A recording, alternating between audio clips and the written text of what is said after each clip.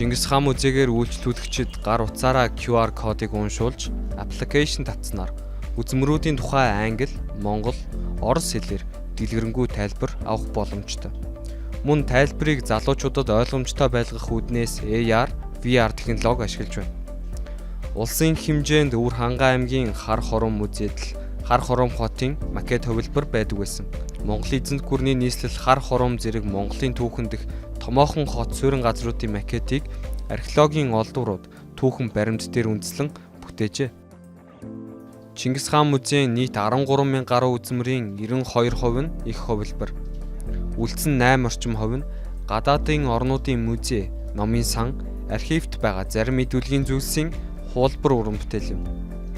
Үүнд Эрмитажийн музейд хадгалагдаж буй Чингисийн чулууны бичээс, Японы Нара мужийн Тэнри их сургуулийн номын санд хадгалагддаг Чингис хааны нэрийг дурдсан кидан бичиг бүхий алтан гэргээ, Японы хааны ордонд хадгалагдаж буй Хувилаа хааны аян дайныг харуулсан уран зургийн хуулбар багтаж байна. Монголын эзэнт гүрний танхимын онцлог дурсгалуудаас дурдвал Юан гүрний үед хамаарах булш оршуулгаас олдсон 57 толийг нэг дор үзэх боломжтой.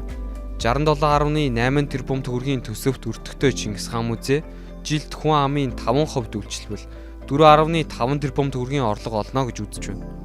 Цаашид 10 орчим жилийн дараа санхүүжилтийн тал дээр бие даах хэмжээнд хүрнэ гэж тооцоолж байгаа юм.